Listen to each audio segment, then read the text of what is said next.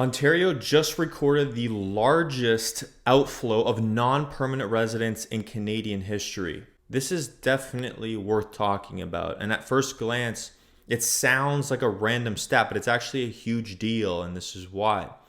It has major implications for real estate, for investors, and honestly for Canada's whole economy.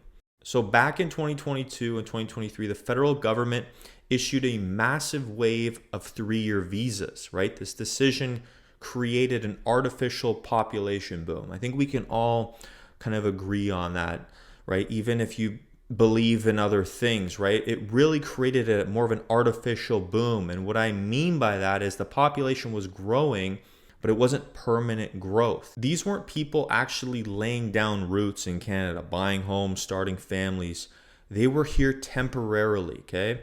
Now, at the time, it looked like a win, right? Our GDP numbers were up, businesses were busy, the economy looked like it was thriving. And again, in the real estate world, developers were taking this as a green light to launch new condo projects left, right, and center, right? All the cranes went up in the sky. Toronto became the city with the most cranes in North America after Los Angeles. So after all, with population numbers skyrocketing, demand for housing seemed like it would just keep climbing, right? People were just flowing into the country. We had to build like never before. But here's the problem. When that kind of growth is built on temporary visas and temporary people, eventually those visas expire, and that's exactly what's happening right now. A huge number of people who came during that surge are leaving, either going back home or going to another country. And that's why Ontario has just experienced the largest drop in non-permanent residents ever before. Now, let's layer on what's happening in real estate at the same time, right? A wave of newly built condos is hitting the market right now. Developers built based on demand that was artificially inflated. So now we've got more supply entering the market while demand is actually shrinking. Not a great setup for those investors who are banking on the constant growth. Realtors who were saying, oh yeah, immigration is so strong, it's going to keep growing, and that's why you got to buy this condo in this tower. I'm a VIP guy, buy from me, I got special access, right? It was such a common theme and belief that immigration was so strong and it was going to keep being strong, and that would continue to pump up prices. Well, we're experiencing the exact opposite right now. So critics are calling this whole thing a government pump and dump, meaning inflate the numbers to make the economy look good for a short period and then deal with the fallout later. And honestly, when you look at it, it's not hard to see that point as truth.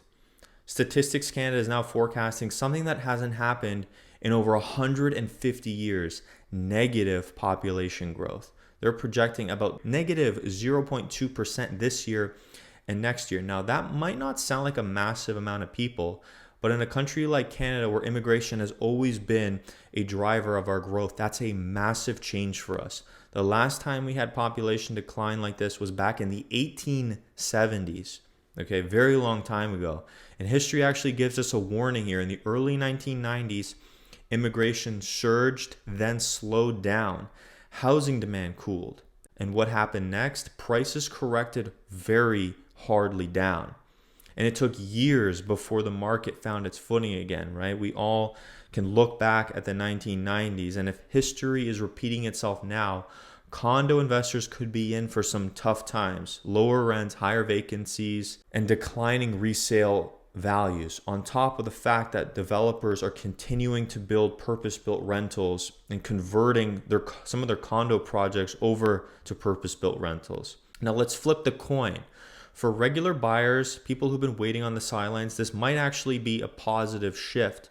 If prices soften, it could open the door to home ownership for families who felt completely locked out of the market over the last few years. So in that sense, this correction could actually bring some balance into the system again, right? Or we're already seeing that balance back.